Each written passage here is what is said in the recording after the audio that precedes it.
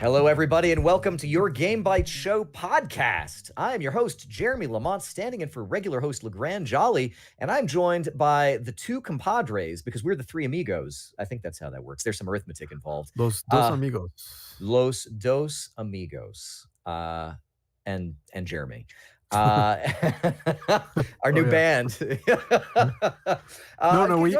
You don't say who's not the amigo. You leave it to the imagination. Ambiguous. Someone's out. We don't know who it is. Right. We'll definitely end tonight on this podcast. Dale Count Elder Jones. How you doing there, Dale? Pretty good, thank you. Possibly one of the Dos Amigos. Also possibly one of the Dos Amigos, Jared Red Eye Dunn. How are you doing there, Jared? Howdy. I'm doing good. Jared doesn't speak Spanish, so he's got no idea what we're talking about. Yeah. I speak Texan. Kind of close. It's like Tex-Mex. It tastes like chili. That's what we got going on. Guys, I think we've turned a corner this season. Snow is flying here in the great state of Utah. I heard you were supposed to get some snow up there in Beaverton, but then they changed it. We may. I was in Target today for an unrelated reason, and I happened to walk by where they were selling sleds. And everybody I was like, I should get one of these because every time we do get snow, they're all gone like instantly. Because we don't get all. Nobody keeps sleds around. Yeah, no one has sleds. They only have like 10 there. So like the instant there's gonna be snow, they just even if you buy one, you're like, I live in Oregon. You throw it out when you're done. You're like, I'm never. Well, I got this like super flat type that doesn't take up any space in the garage. Really, you can just lean it up against something, and it's. You just get some cellophane and just like unroll some. Yeah, I mean you could. Probably, yeah. I think you could. I don't know how things are going down there in Texas, but it was in like the 70s today. Oh man! Wow. Well, yeah. All that climate change is doing somebody some good. It ain't me. Texas was never hot before. No, that's right. True. Yeah, it depends. Unseasonably warm in November. No. That's fine. That's fine. It's like the Charlie Brown Christmas. The snowflakes aren't even ripe until January, so we're all right. They're not even yellow until what? So, everybody survived the holiday. It looks like. I think we made it. Yeah. Good. I started learning montante, which is a type of sword. Oh. Yeah. What type of sword is that? That's like Incan or something. It's 65 inches tall. Whoa. So it's a big one. It's a Zweihander? Yeah, kind of. It's a Portuguese fighting system. It's really interesting. I searched montante and it's given me like leggings. Look, you're Montante. Is that like a mounted blade? What's Dale? What's that horse katana thing that they use? That big nodachi or whatever it is. Yeah, there's a nodachi, there's a tachi, there's a nodachi, there's a naginata, but that's like a blade on a spear. This has got to be like the Texan equivalent of that. A montante, because you're mounted, the Portuguese, right? Yeah. No, you don't use it mounted. Oh, well, it's just the name sort of implies that you might, I guess, but no. I mean, you know better than I do. It's not Mountante. Oh yeah, okay, all right. Well, Montante. You use it on forgive me, mountains. That's why it's called a montante. that's Yeah, it. Montante. It's actually really fun. It's a very flowy and momentum based system. So it's like once you get going, you're like, yeah, I'm just swinging around. I really like that. great. That sounds like Ivy's like spike sword. Like, when are you going to learn that thing? Like the whip that comes out and then solidifies into a sword? I will post a video, not of me, of someone actually good at it in our Discord. So y'all should go check it out. How does this differ from like a claymore or a Zweihander? So Claymore's really, a landmine, Dale. The differences between, say, a claymore, or a spadone, which is Italian, or a Zweihander, or probably what's called a Bidenhander back then, nothing. They're all just big swords. So they're regionally distinct and time period. But other than that, and everyone's got to have their own fancy name for it. Is the thing. They just want to brand it, right? Yeah. Well, here's one website I found that listed them as Montante /Spadone /Zweihander /big two-handed swords. So we kind of refer to them as true two-hander swords, whereas a long sword is more of a 1.5 hand. You use two hands if you want to. You can also use one if you wanted, like, and then of course there's like arming swords, which you couldn't fit two hands on if you tried. So, well, good. Well, I'm glad that got you through the long weekend. That's right. How's your roll with the Montante? Yeah, can you still dodge roll? No. You will absolutely hit yourself with the cross guard, and it will hurt. You need to wear less armor then. Yeah, exactly. Or else there's a certain ring. You just need to get out there in a loincloth. Or you should try it. I bet you can take them all. Those really poofy pants, where it's like Renaissance era. Yeah. I love it. I love it. Well, we're also braving the weekend of great deals. I've bought exactly 0 from like anybody.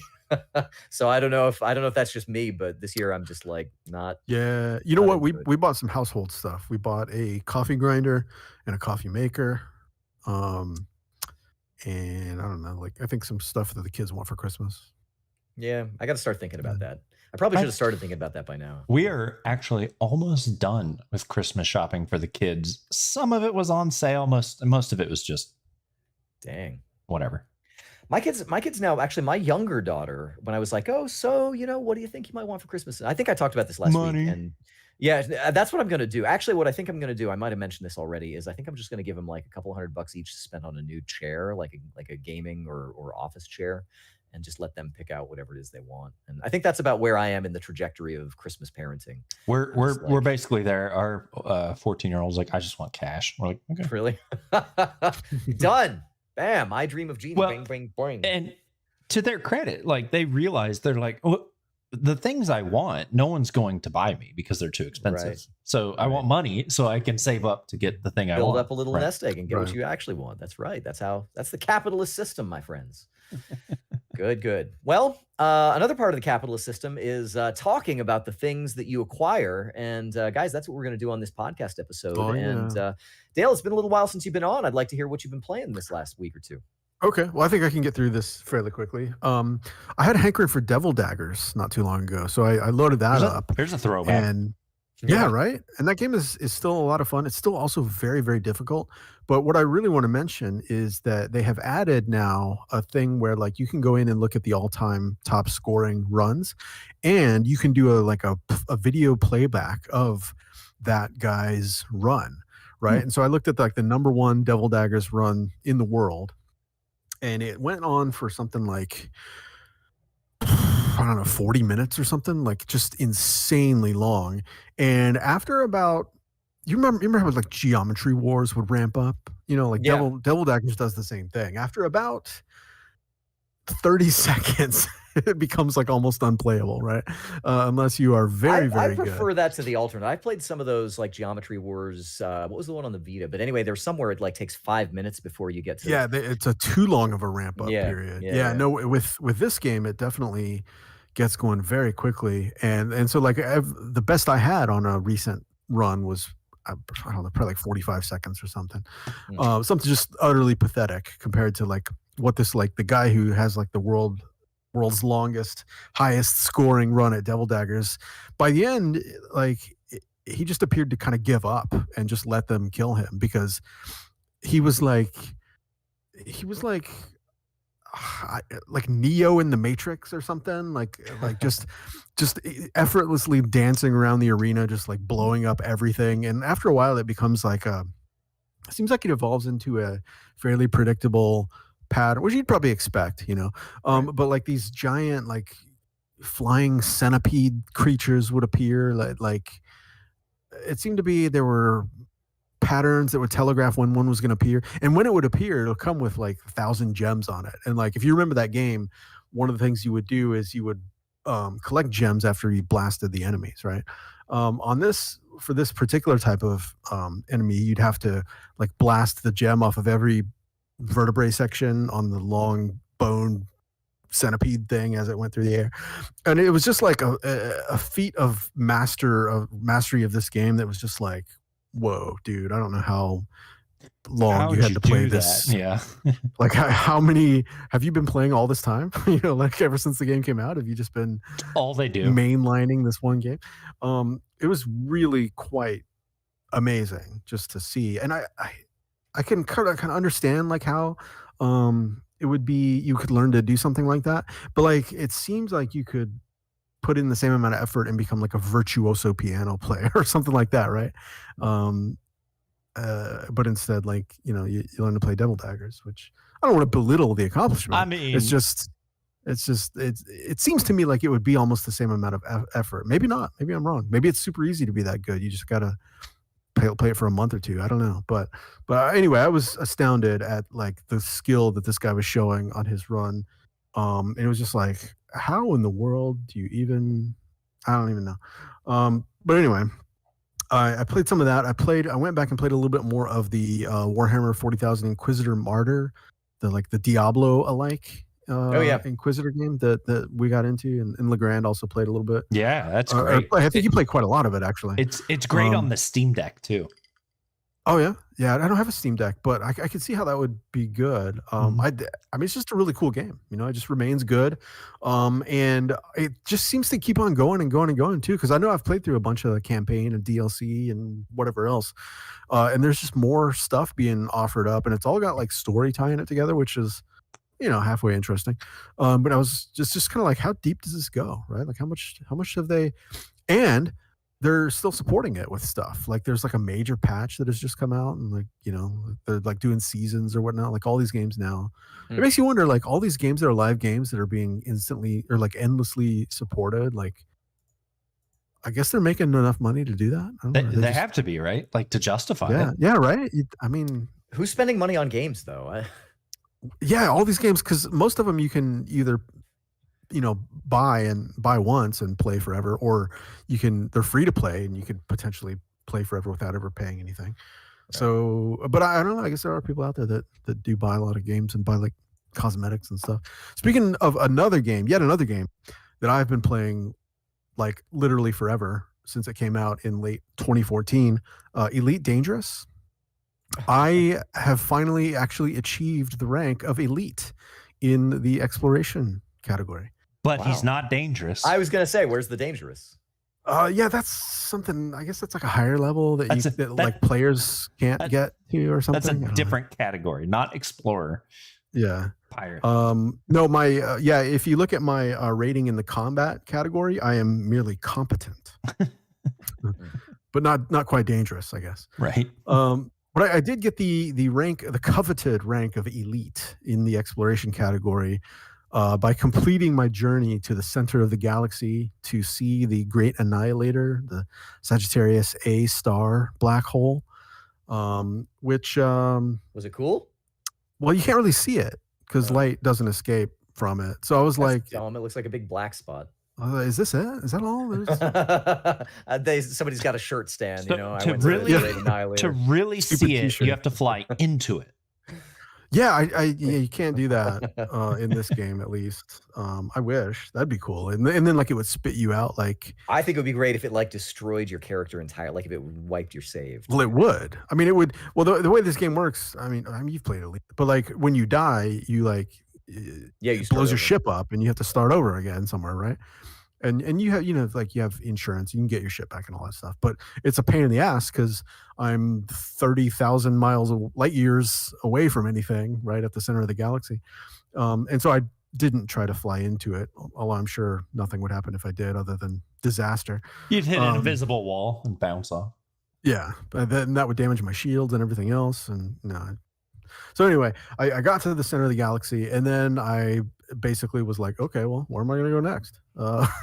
And I got to thinking about it, and I was like, I really want to like finally upgrade to the Anaconda, which was at the time the game came out was, I think, the most expensive ship there was.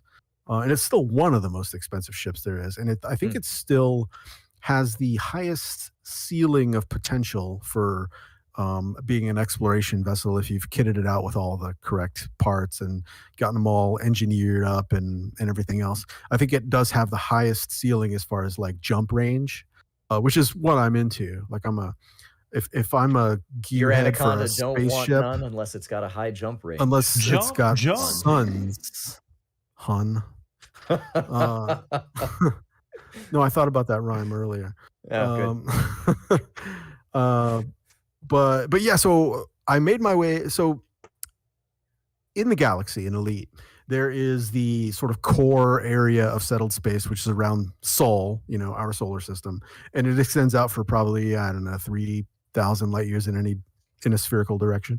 And then apart from that, the galaxy is pretty much virgin territory, right? There's like not settlements anywhere except for this one area that they call Colonia that is it's sort of like closer to the center than it's where they make all the perfumes. Yeah. It's Cologne, Germany of the galaxy. It's just another settled area of the galaxy. It's like if we are at, let's say, 6 o'clock on the galactic map, it's at more like 8:30 or 9 o'clock to the galactic center, so it's like off over that way. But anyway, it's closer to the center than the main settled area is. So I just made a beeline for that, and I went to the first. I was looking for a specific thing. I was looking for a station that would sell me an Anaconda because they don't all sell the same ships and all that. I found one in a system called Carcosa, which I don't know if you guys are familiar with the legends of Carcosa at all. Yep. But there's I'll look it up. There's a famous like Lovecraftian sort of horror universe about the king in yellow, and like he's in a realm called Carcosa or something. Anyway, I went to this place, bought the Anaconda, and then I determined that like I can sort of soup it up a little bit, but to like really get the most out of it, I'm going to have to go back to the like original settled space and talk to an engineer there and probably run some errands and stuff and get a few things like ingredients, mats, to really get things souped up. So for what I've done, what I've decided to do now is to take the scenic route home to settled space. And what I'm going to do is from Colonia area, I'm going to make a beeline to the galactic west and just get as far as I can out there to like, try to get into all the galaxy is divided up into these like little sectors, and like you can hit the codex and you can say like what sector is what. I'm going to try to eventually get to every codex in or every sector in the galaxy. But the quickest path for me to do that is going to be to take out these ones on the western side first. So I'm going to fly over there, and then I'm going to loop around, heading from about 9 o'clock back to about 6 o'clock on the arc of the galactic clock, and then soup up that frameshift drive on that ship so that I can jump 75 light years at a time, and then I'm going to go take care of the rest of the galaxy. So that's I'm going to go take care of the rest of the galaxy. Yeah. Sounds good. I love it. I look forward to hearing about this for the rest of your life. Yeah, for the next 10 years. Yeah. Mm-hmm. Yeah. Wonderful. Good slate of games. Thank you for bringing those. Jared, what I done? What you been doing? I have played some games. So one thing I actually strummed this yesterday. Strummed it. Warhammer 40K Dark Tide. So it officially comes out on the 30th. That's in 2 days, 1 day, depending on what time you're listening to this. But if you pre-order, you get access to the pre-order beta. So it looked awesome. So I did it. And it's awesome. It's great. So these are the same guys that made Vermintide 2, Vermintide, War of the Roses, which is one of my favorite of these like melee brawler games. I didn't know they made War of the Roses. Pretty sure Fat Shark did. Yeah. That's cool. It was a great game. Anyway, so it is Left 4 Dead style 4-player co-op horde. Go from point A to point B. Were you playing solo though? Were you playing with AI or no? I was with random pickup people. Okay. I think in one of the games, someone did drop out, and so it turned into a bot. But it'll add people mid mission, which is kind of nice. So if someone does drop a connection or has to go eat their dinner or whatever because their mom's yelling at them, you can get someone else to jump in. But it's great. There's 4 classes. The Zealot, which is like a melee crazy guy. The Psyker, which does like magics, Space Wizard. I think I want to play a Psyker. Yeah, they look really cool. The Sharpshooter, who is like a guardsman, so he has like a light las rifle and just pew pew pew. And then an Ogren, which is ogre. Like it's a big guy. Big dude. What I love the most about the Ogren is he sounds and talks like the barks he does like Shrek. And his voice. Please be Shrek. Team Fortress 2 heavy weapons guy. Like he's like talking about rations, and all I can hear in my head is "Don't touch sandwich." Yeah, it sounds just like that. It is so good. That is pretty good. But I mean, honestly, somebody should mod the game. I'm just saying, even though it's not out yet, somebody should do a Team. Oh, they will. Mod. Oh, yeah, that'd be great. But it's a lot of fun. If you're into those style games, it's a great take on it, I guess. But the other game I've actually been playing on my Steam Deck, exclusively on my Steam Deck, I guess, is a little adventure game called Pentiment. And it's really hard to describe the art style of the game. It is like if a illuminated manuscript came to life, that's what this game is. So all the characters have that real kind of bold, kind of vibrant feel to them. The animation is smooth, so they move like normal people. They're not all weird like paper movement, right? Like Monkey Island or whatever we were talking about a couple weeks ago. But like anytime you change scenes, it like zooms out and turns the page like in a manuscript constantly. And that's cute. It's really, really well done. And just the whole presentation is just really fantastic. So I guess the gist of it is you're a dude who is a master artist living in the Bavarian Alps. And it's got like, so I just started the second chapter or whatever. And so, there's like there was a murder mystery in the first one. And then he had like ominous warnings to not return entering the second chapter. But it's really interesting because it paints a really neat picture of what life was like living back then, right? So like all of this town is near an abbey, and the abbey owns all the land. So they owe like the abbot all of these taxes and stuff. And like, even though the townspeople aren't necessarily answerable to the abbey, like they're basically like, I don't know, indentured or whatever. It's like really crazy. Yeah. And it's just really fascinating listening to, I assume it's probably pretty well researched and whatnot, but it's actually by Obsidian Entertainment, which I didn't realize until today. So I follow Josh Sawyer is the like creative director there, like the head on this game. And he was also the same on Fallout New Vegas, right? And I think Pillars of Eternity, or both of the Pillars of Eternity games.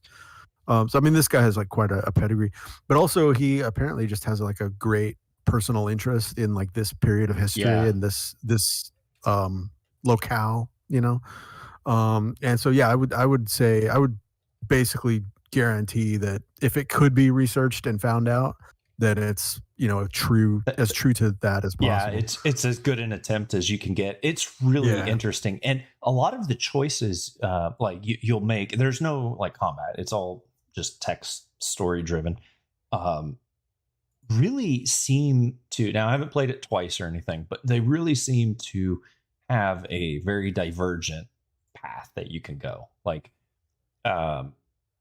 for example, if you collect enough, there's this murder mystery and all these suspects basically, and if you collect enough evidence, you can convince the archdeacon maybe it was somebody, or you can not convince him if you don't have enough evidence, or you could frame someone. Like it seems like it could go a lot of ways, so it's pretty neat for that. So it's one of those games that I really have to kind of stop myself from like trying to out game it and like min max it and be like, no, just choose the choices and see how the story develops. And I've heard that it's one of those like The Witcher or whatever, where it's like nothing is good, and so you can't really like, most things aren't good. Yeah. I mean, it's like these people just trying to live their lives, and like nobody can afford their taxes. I'm all about some shades of gray. Yeah, it's interesting. But cool. Yeah, I mean, I thought about it. It's not, and I guess in the Discord we were sort of talking about whether it's like the Procession to Calvary or something, and it's not a funny. It's not a funny game. I mean, there might be some humor in it here or there, but it's not intended to be a comedy for sure. Right.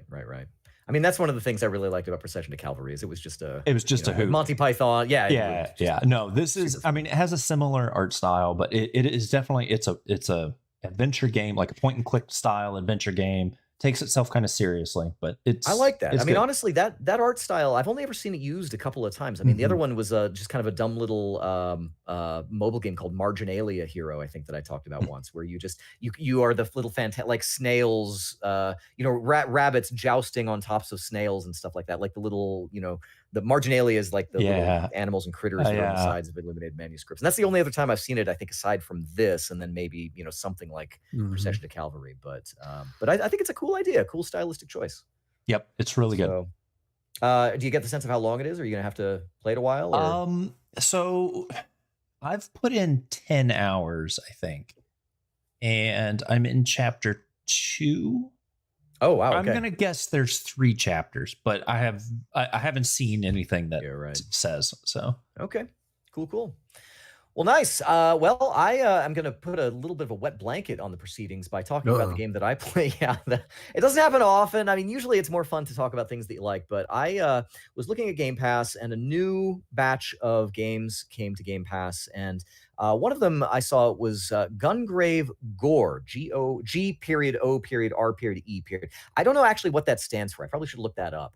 But Gungrave is a series that goes back to the PlayStation 2, and it purports to be sort of it's an action game kind of along the lines of like Devil May Cry or something like that, or like God of War. But it's not as mobile as Devil May Cry. So Dante is like flipping people up in the air, jumping up, slicing people around, running fast, like dashing over to someone, chopping them up, shooting with guns, and it's about the combos. Gungrave kind of tries to be that, but they do it with a guy who's, I guess his name is just Grave or Beyond the Grave or something like that. And he's like this big, tough, he's supposed to be tough, but he kind of looks like John Denver with like emo hair and glasses or something. Nice. But he's like, he's like really ripped. He's really muscly and stuff. And he's like latched on kind of like, Kratos has the blades of chaos that are like, chained to his arms. This guy has, I don't know what, so I guess I should say about this. This game wants to be sort of like, how people, if you look in the cutscenes in Devil May Cry, and the Japanese developers are like, this is super cool. Like, this guy is going to be so cool. And in America, we're like, this is not really cool. Like, there's something, it's kind of like you can sort of tell they're trying to be tough or something. It's cool, and it's like, if you're lame.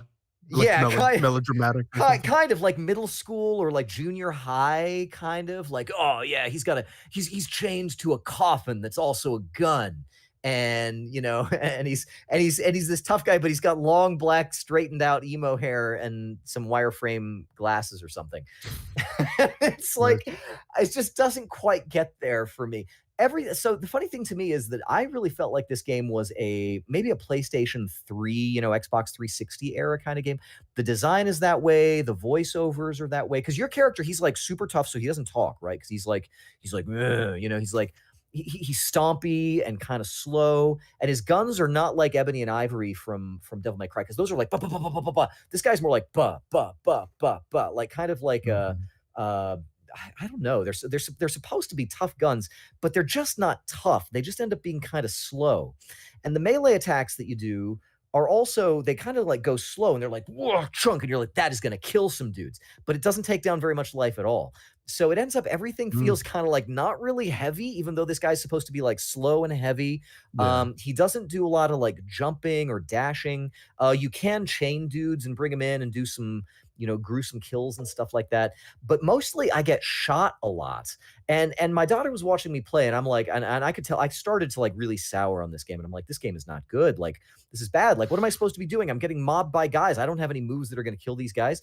And she's like, Dad, you just don't like it because you're not good at it. And I'm like, well, that's part of it. Like, the game doesn't actually give you the tools to feel powerful, which is really weird. It's strange. So I only got like 3 levels in, and I was kind of looking at some reviews, and it does have some things like Devil May Cry, right? So between missions, you can go to like a gun lab and level up some new abilities and moves.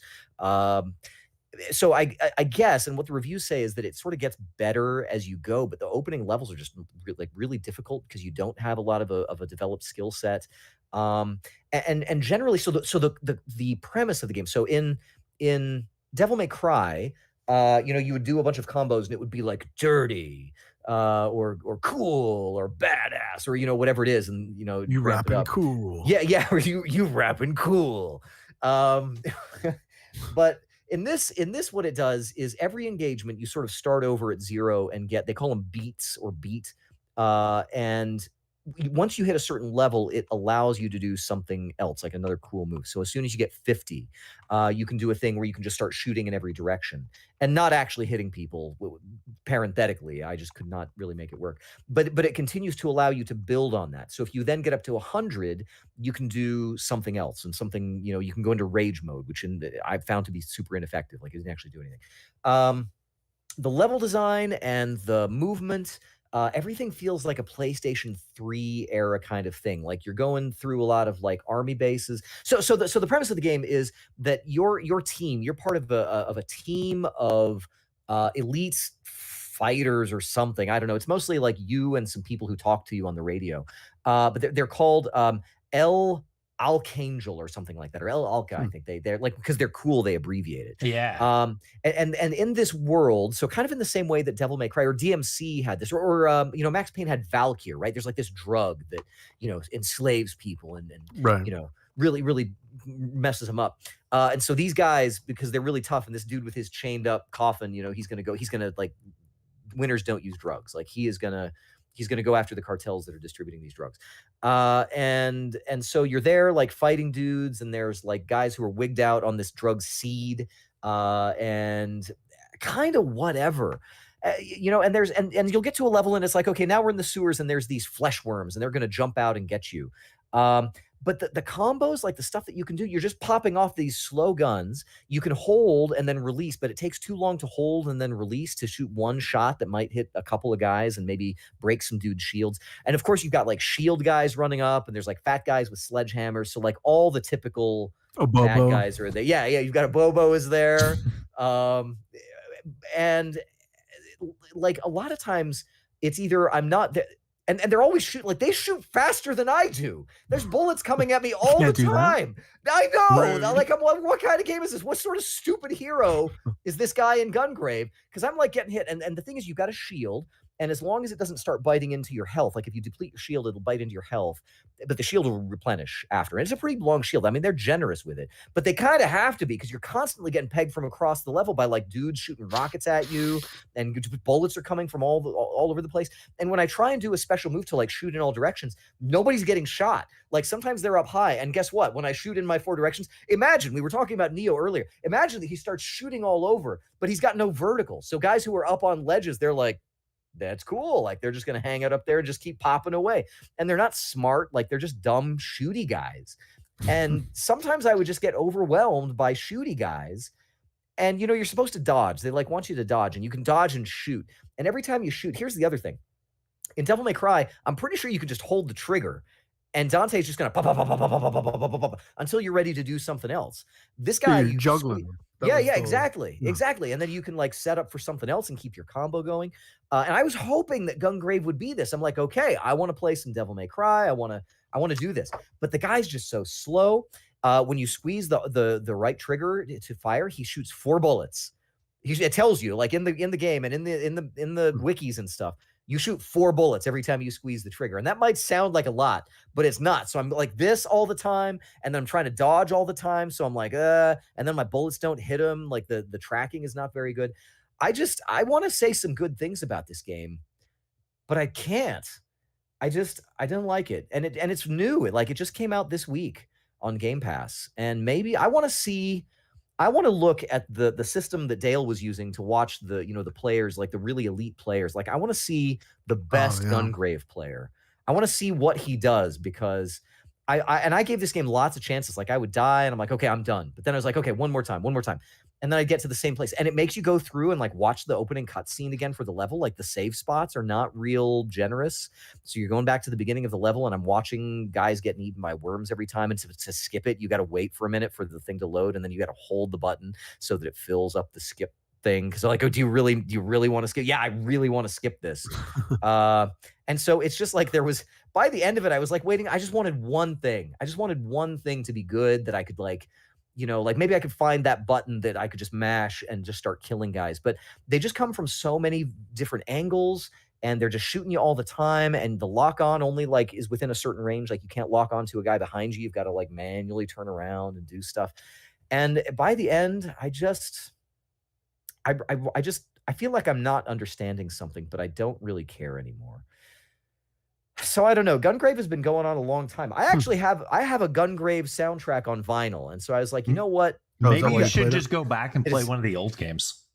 Maybe and have fun I don't know. Again. But here's the other thing: God of War Ragnarok came out last week. I should be playing God of War Ragnarok. You should be, right? I should have done that instead of playing Gungrave. So you should be playing Darktide. I could be, or Pentiment. That too. I could do any of this. All of these. The world. You could be going to the center of the galaxy to see nothing. Instead, I decided to be like a tough, slow John Denver emo straight hair lookalike, whose melee attacks are not tough, who shoots real slow, and I just don't understand it. The series has been going on a long time, so somebody out there likes Gungrave. I don't know who, and I don't know why. But I normally I will tell you at the end, at this point in my impressions, I will say, well, it's on Game Pass, so you should go ahead and try it. But I'm going to tell you, don't bother with playing Gungrave Core on Game Pass or anywhere else. But I'm open to someone telling me, like, if you are out there listening to this or seeing this and you understand Gungrave, please follow the link in the show notes to the Discord server, and please tell me. Please help me. I want to know. But I finally just gave up on this after 3 levels, and I said, no, I can't do it. So I guess Bayonetta 3 also came out, and even that's supposed to be all right. I at least stuck through Cursed Castilla. Yeah, no, I mean, I wanted to. It's just nothing was good, and I just did not feel tough anytime. And that's not what video games are about. I'm sorry. That's just not what video games are about. Well, that sounds terrible, but if you want some non-terrible games, don't look at this week's new releases. No, it's bad. It's a bad week for everybody. It's kind of a tough week, but I did pick out a few that I think kind of stand out from the crowd. Take that for what it's worth. You can go find the complete list at tech-gaming.com. Here's what I pulled out. Soccer Story. I almost played that. That's what I should have played instead. Is it a Kairosoft game? No, it's not. It's like an RPG. It's like a physics-based RPG or something. It's on Xbox. It might be on other platforms too, but it's definitely on Xbox. It's on everything. It's on everything. The Night Witch, which is a twin stick Metroidvania thing. It sounds right. And Astro Knight, spelled Nite, not like the medieval warrior. But what kind of stood out to me is the game's in black and white. It looks really great. Like it's really cool. Again, they call it a 1-bit Metroidvania because it's got no color. It's like 2D. It looks real cool. So that's it. That's our new releases. But we do have, as ever. Oh, by the way, Gungrave Gore also came out this week. Don't. Crickets. Yeah. Of course, we are constantly data mining Destiny 2 to get ahead of these new guns coming out. And here are the two new ones being added this week. Megalan 11. Oh, that was that great party that everybody brought their computers to, and we played Quake. That's right. Megalan 11. Yeah, and then we were sad when Destiny came out because. Hey, wait, is that supposed to be a ripoff of Mega Man? Oh, never mind. I'm sorry. It's a gun. It can't be a ripoff of a game. It's a Mega Buster. It's actually Destiny. It goes on your hand and you just shoot it. Yeah. Arctictopia. Arctophobia. Arcticphobia. I don't know. It's real weak. Okay, so deals and freebies. Here's what I did this week. There are many sales going on, of course. I went to Steam, the Epic sale, and the GOG sale, and I scrolled through the list of games on sale until one stood out to me. They're not necessarily games I've played or games I've bought or anything. It's just like, ooh, that looks interesting. Okay, and it's on sale.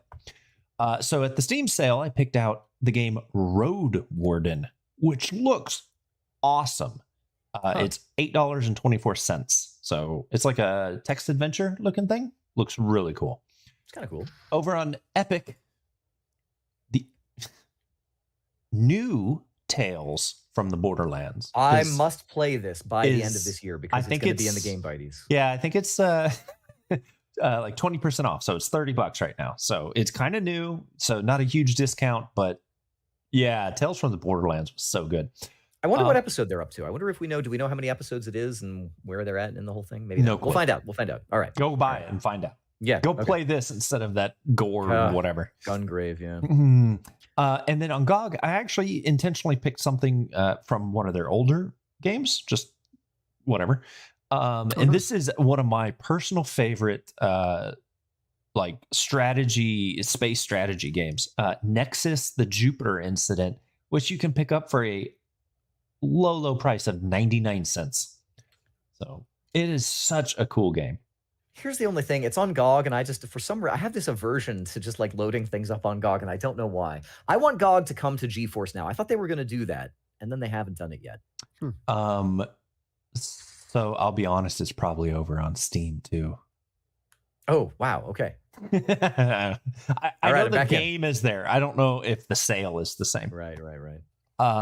And Epic Games Store will allegedly do another Christmas giveaway this year. So if you're unfamiliar, last year it was like, I don't know, like 20 games or something. Yeah. And it was every day was a new game. Yeah, I remember that. Yeah, it was 12 games like 2 years ago, and then 15 games last year, and then so it should be 18 games this year if the pattern holds. Mathematically, yeah, unless it's like geometrically, exactly. There you go. And I added this fun little tidbit because I saw it over on the now defunct platform of Twitter. Rest in peace. Yeah, but follow us on Twitter, by the way. Right. Mech Warrior 5 Mercenaries, we've talked a bunch about, we've played, has a mod in the works by the same people that brought the like the really big mod for it's not Rogue Tech, that's the Battle Tech one. But, I've completely blanked on it. Yeah, what is it called? I can't think of what the Reloaded. Mech Warrior 5 Mercs Reloaded. Huge mod, really cool stuff. These guys are now working on a mod to bring playable tanks to the game. Which is fine until you realize that tanks just get stepped on and then they're dead. So there's also a mod called Scary Tanks, and it makes the tanks more resilient and their guns a lot scarier. Oh, that's pretty good. That's pretty good. Well, cool. I like that. Anyway, fun mods. Yeah, I would actually still like to go back and play through the totality of MechWarrior 5, which I did not, and I should do that. I've played the original campaign and I think one of the DLCs, but not all of them. So yeah. Yeah, that is one that if I don't know, maybe like Christmas break or something, maybe it's on GeForce now. Yeah, I know. It's the best way to play it. Well, news this week. Actually, I have just a lot of variations on a theme. As far as what's going on, I started compiling it. And I'm like, oh, this is all part of the same news story. So I thought I would bring everybody up to date because we've been talking for quite a while, in kind of dribs and drabs about this whole Microsoft acquiring Activision Blizzard. And I know we're tired of hearing about it, but I've got something new and interesting and fun this week, which is that now Microsoft is, we reported on this last week, under scrutiny. Only 2 regulatory antitrust bodies have decided to allow this acquisition to go through, and everybody else is not convinced. Is very skeptical. They're very skeptical, as they probably should be. But the interesting thing, I got 2 things going on here. One is that Microsoft is starting to make some noises that they're going to adjust their model surrounding this purchase, including the idea of giving a promised 10-year licensing agreement to Sony for Call of Duty. So they would say, well, we're not a monopoly because we're going to license this to Sony for 10 years. 10 years guaranteed. And maybe they would do it even more or whatever. This is partly because the United Kingdom Competition and Markets Authority, that's sort of the body inside the United Kingdom that does this. They sort of published all of the arguments, and there's been just like a lot of like everybody from Microsoft and Sony and everybody in between has something to say about this, and it's just so interesting that I thought I would bring some of that stuff out. So Microsoft is starting to change their attitude as far as how they're going to do this because of a whole bunch of claims by Microsoft and Sony about whether this is a trust violation or not.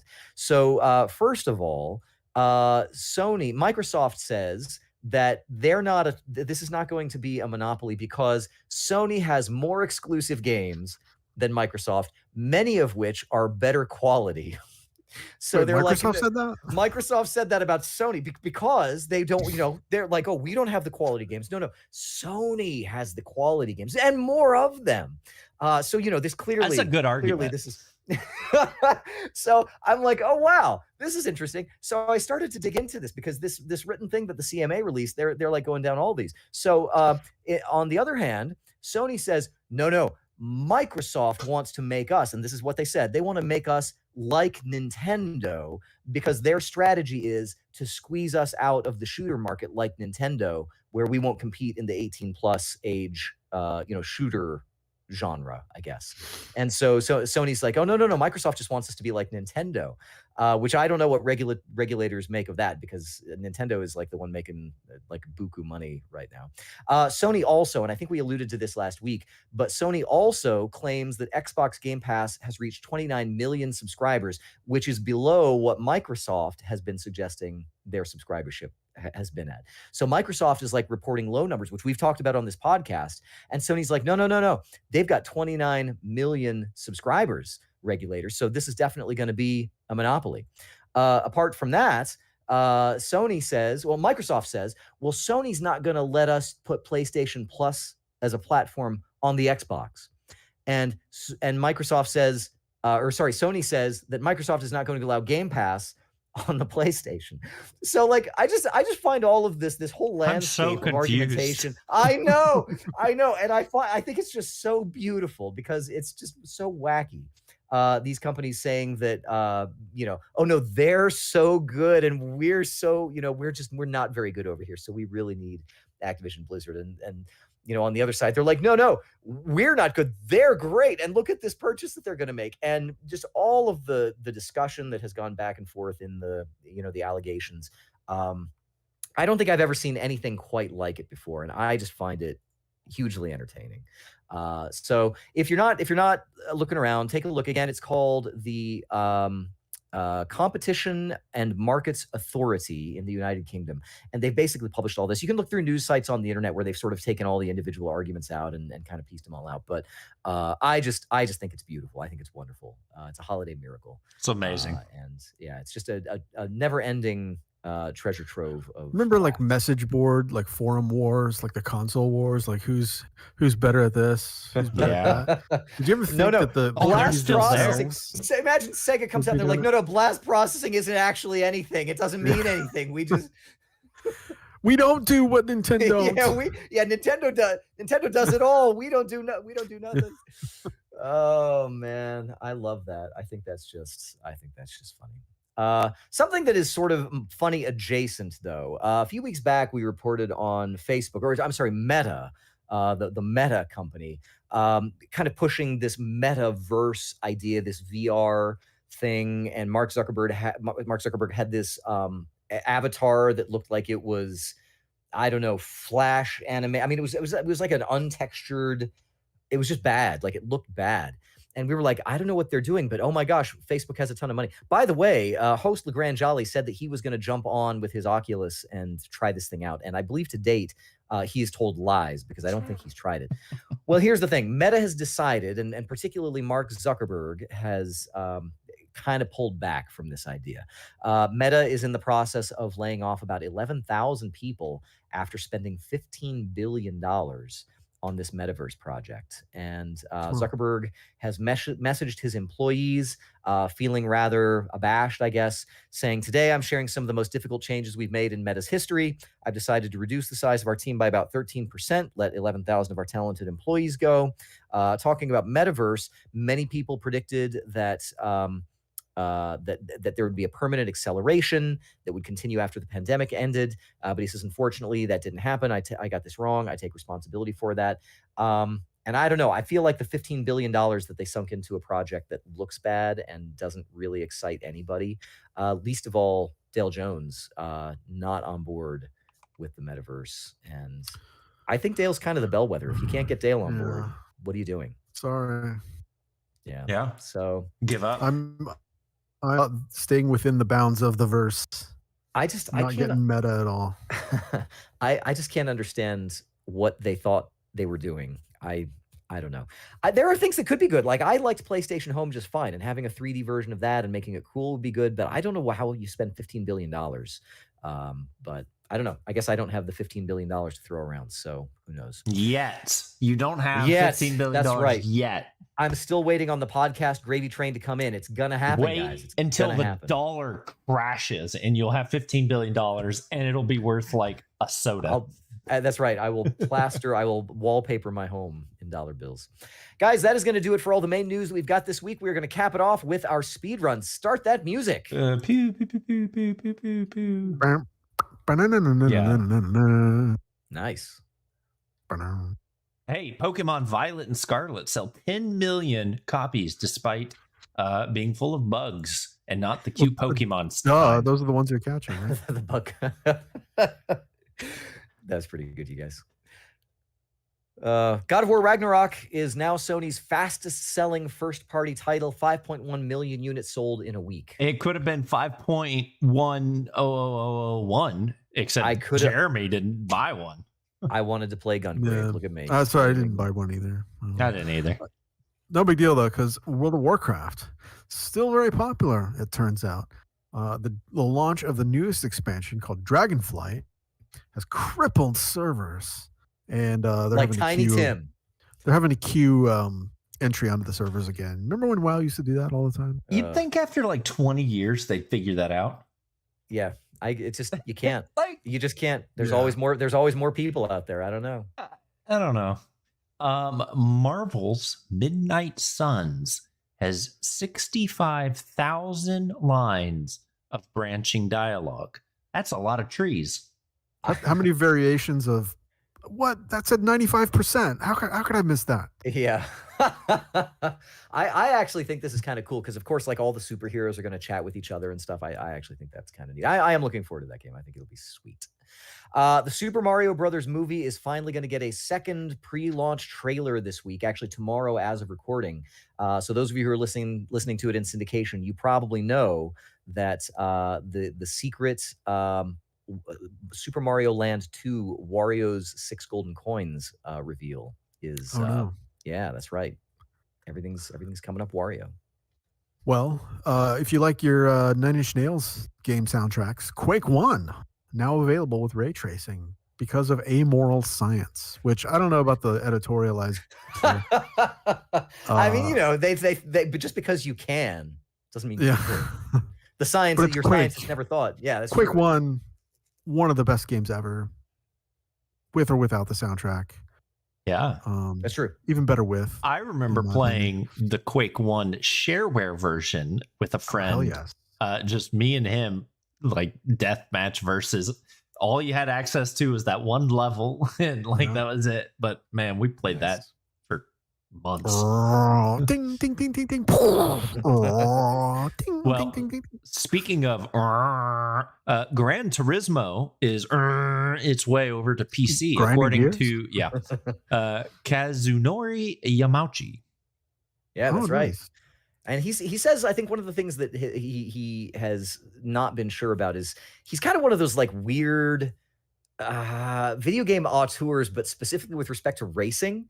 And so he's like, oh, there are only a limited number of systems that can run this game at a constant specification. Just don't know if Sony's machine is doing it anymore. Yeah, I don't know. I guess just because there's a PC out there that might, lose some frames. He's like, no, this cannot come to PC. So I don't know. But the thing that breaking, it's coming exclusive to GeForce Now. Yeah, there you go.